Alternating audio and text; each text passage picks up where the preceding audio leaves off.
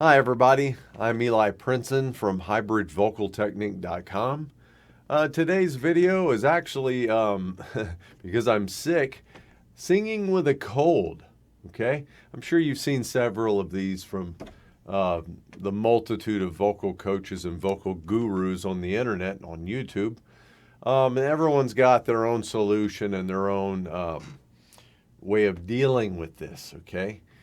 Some coaches, strictly for marketing purposes, are going to tell you, I haven't been sick in 50 years because I load myself down with 300 different metals and herbs and spices and whatever. Or I have a very close relationship with an apothecary. Okay, well, that's garbage. Okay, we're human beings. We are going to break down from time to time. It's going to happen. I don't care how good of care you take of yourself, which you should, to minimize this kind of a thing, but it's going to happen. We're human beings. We are not made of wood and plastic like these guitars and amplifiers, okay? We're alive. You can have that close relationship with the apothecary and the health food store down the street. All the vitamins and supplements and minerals in the world. You can eat the best diet in the world. But then next thing you know, you come into contact with a bunch of kids or a teacher from a school, or, interactions with people that are around viruses and illnesses and things. Things happen, okay? That's life. Now, my point of all this is this. Now, I was sick maybe a month and a half, 2 months ago, and hadn't been sick for quite a while. Not really, really sick, okay? I'm talking like, oh my God, I'm about to die sick. The last extreme flu that I had, where I thought I was about to head on out, and give up the ghost, was back in 2014. Okay, and I didn't even know if I'd get my voice back. And I had that happen in 2007, probably the worst one of all time. And actually lost one of the registers in my voice that, thank God, I got back recently, okay? So things happen.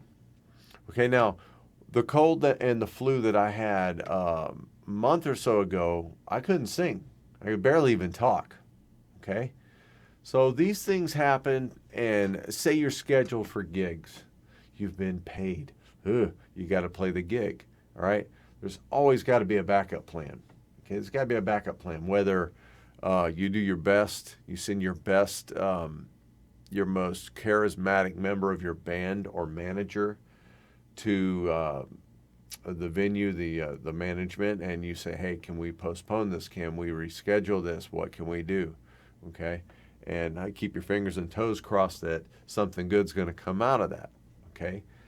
Then there's always that technical, for those of you that are my age, that old Milli Vanilli kind of a thing going, where you can run a click track through your drummer's headphones and then create a isolated vocal track, and your vocalist will have to pretend to sing the whole thing to get through it.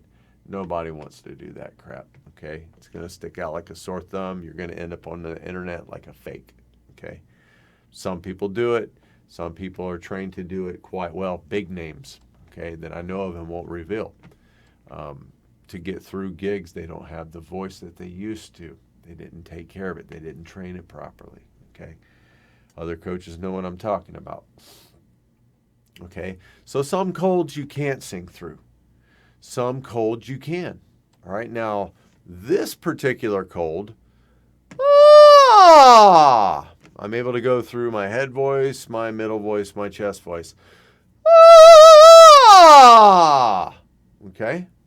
Now, yesterday, one day, 24 hours earlier, there was no negotiating that passaggio. What I mean by that is the break between those registers. So it was like, to get through the high voice down into the low voice. It was not happening. There was a click, no matter how well I placed my voice, supported the voice, managed the airflow, yada, yada, all the, vocal training in the world, everything I've ever learned, it wasn't happening, okay? So things like that happen. Now, say I had a gig that night. I might have to say, oh, guys, I don't know what we're going to do. We're going to have to try to cancel, or I'm going to have to explain to the audience that, hey, I'm sick, but I'm going to do the best I can for you. I may sing the songs a little different than what you're used to hearing, but I'm going to give you 100% of what I do have, even though I'm not at 100%. Okay? So that's an option as well. And now, for those who look ahead and think ahead and are responsible, I want to give you a piece of advice. Okay? If you have half of a voice, if you're at 50%, okay, do this when you are, this is a free lesson for you guys. I love giving you free lessons, okay? And I'll expand on this in the future in future programs from HVT. But one thing that I love to teach my private students is this. When you're well, okay, don't wait and do this when you're sick, okay? When you're well, take all of your songs. I'm talking about if you're someone who sings originals. You can do this with cover tunes as well if you're singing other people's material. But if you're singing original material, have a plan B set. And what that means is where you have figured out during your warm-up that there's something wrong because of whatever type of illness you have. It could be a head cold. Like right now I have a head cold. It's not completely affecting my vocal folds. So I'm still able to negotiate my register shifting and fusion and go through my voice, okay? Now some colds are more in the chest. When you have bronchitis and you sound like Lurch and you're like from the Addams Family, you're like, oh my God, guys, I'm sick. I'm never going to be able to. And you physically cannot sing, okay? When that happens, you're pretty much screwed, okay? And you have to either do the whole lip syncing number or train your one of your fellow musicians, excuse me, to sing and cover for you, or hire another singer to get you through the gig, okay? There's always got to be a backup plan, okay? So me trying to be, guru coach of the world and tell you, I haven't been sick in 40 years. I've never missed a show because I pumped myself full of aloe juice and silver and blah, blah, blah, everything from the apothecary. It's not going to help you when you get sick, okay? I'm sick right now, okay? You can't rely on that. That's garbage, all right? So you have to have a plan. Now here's another plan. This is what I tell my students back. I get chatty, but this is what I'm getting to.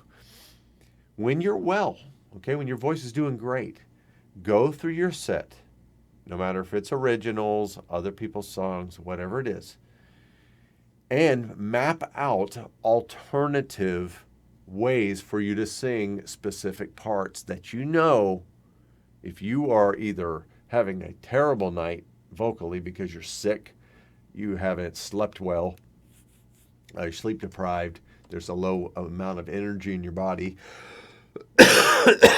you feel like this, and I'm not going to edit these out because this is real life, okay?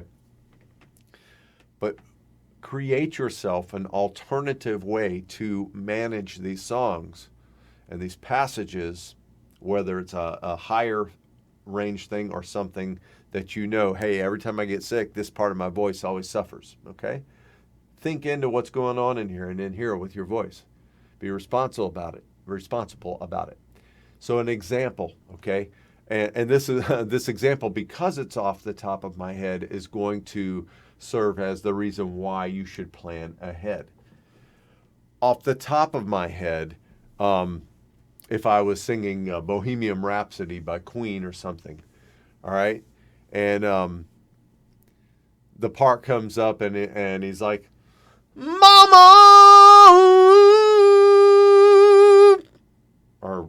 however that goes right there, and you're really sick, like you had the bronchial type thing, and you know that you can't belt that high like I just did, and it sounded atrocious because I'm sick.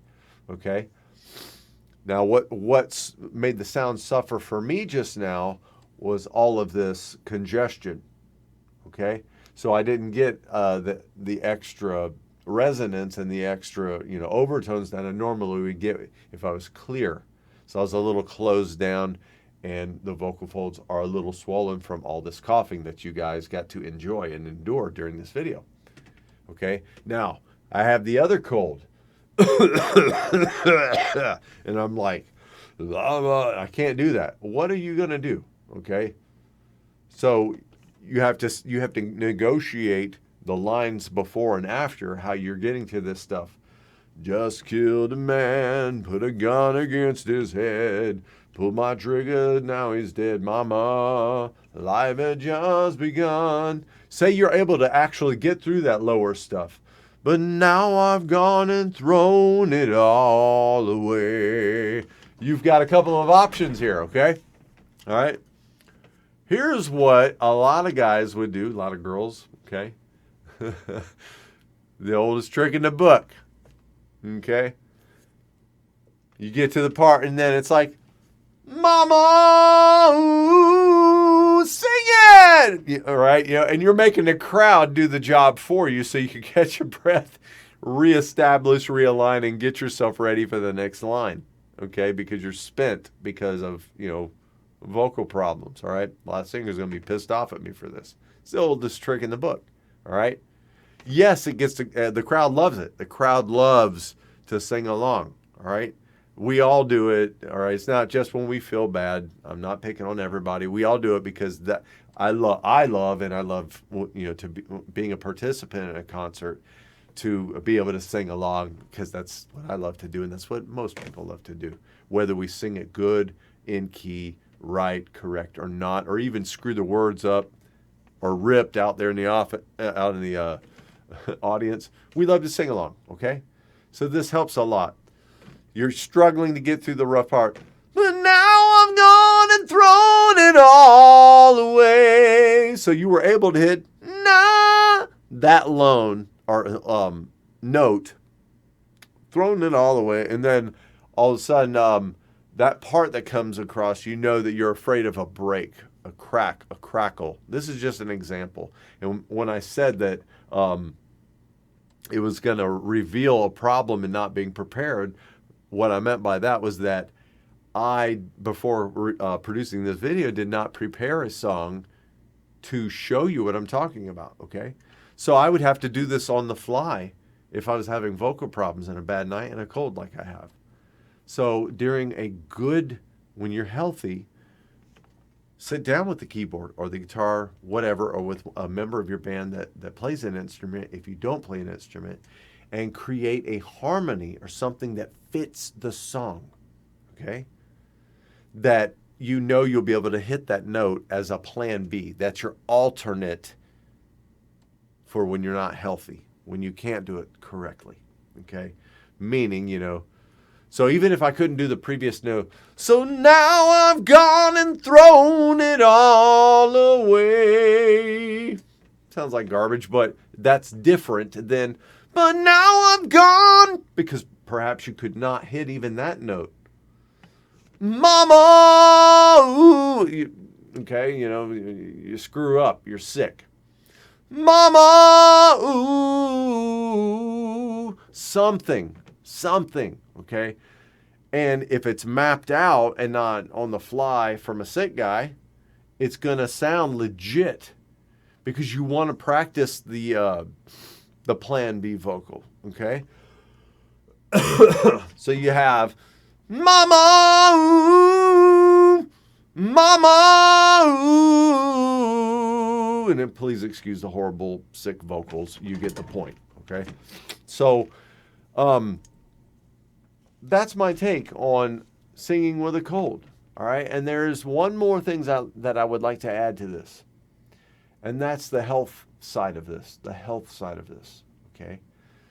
If because there's different types of colds. There's different types of colds that create the different vocal problems. Okay, so if the problem is that your voice is extremely tore up from coughing, and you have air leaks and air gaps and breathy, you may not even want to sing. You may just want to bite the bullet and take the time off, because you're going to be better off to heal. Okay. So if that happens, you got to be smart. What I mean by that is if the voice is very hoarse. All right, you gotta look towards the future and say, look, I'm gonna have to bite the bullet on this one, whether we're gonna have to pay the venue back for the cash we got for the show, or whatever. Because if I get out there and I try to sing with a hoarse voice and I strain, you may screw your career. All right, get replaced, band, get somebody else. You're done. Okay, you don't want to create problems for yourself that are gonna get worse over time. Okay, so there's always going to be different kinds of cold, whether it's a sinus, right? I can still sing, but I have a serious lack of control. So it's like, okay, hey guys, I'm sick. I'm going to do my best for you guys. I love you. You just bear with me. If I crack, laugh at me. We'll laugh together. Whatever you got to do. If you're singing parts and you have the crowd sing the high parts, or you bring the vocal mic over to the guitar player, keyboard player, bass player, drummer, whoever can sing, and you have them share it with you, and you catch your breath, you do what you got to do. Okay, so that's my take on having the cold. There's a time to rest the voice. There's different types of colds. You just have to think ahead, plan ahead, have a plan B, practice that plan B, and be prepared. Okay. And take care of yourself. Didn't mean to pick on all the gurus out there that, I'm glad you haven't been sick. Maybe you'll live forever. You'll outlive me and all your students, okay? Take care. If you need help training your voice, go over to hybridvocaltechnique.com. I have a program for sale. It is the HVT Ultimate Vocal Training Program 2.0, and it has everything from the lowest of the low voice to the highest of the high voice, from the fry, the chest, the middle, the head voice, the mixed voice, the whistle voice, all of it. Trains every part of your voice. Achieve your full potential, okay? There's more in it than you could possibly imagine. And up through September, it's all 50% off for the HVT anniversary, okay? Go get it. Train, be awesome. Have a great day. See ya.